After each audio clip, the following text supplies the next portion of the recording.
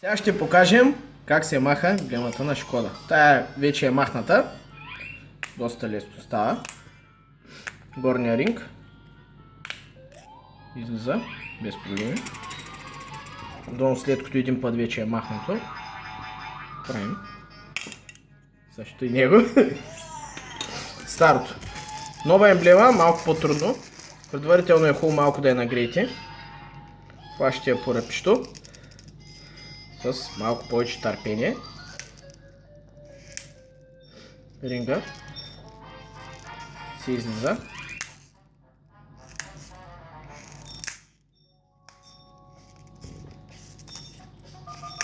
Така. Но тук беше лесната част. Най-трудната е, когато стреличката е нова, леко с ножче, подпъхвате под нея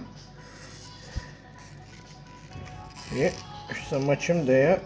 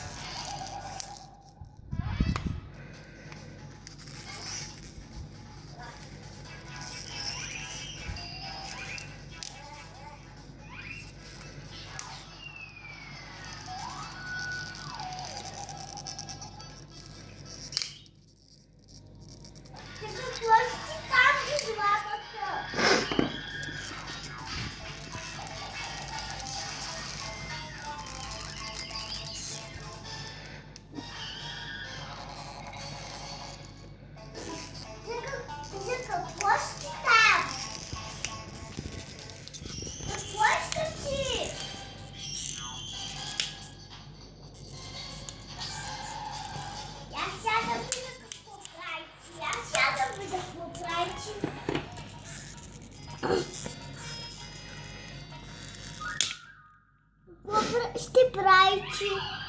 и вече може да слагаме новата. Какво ще правите?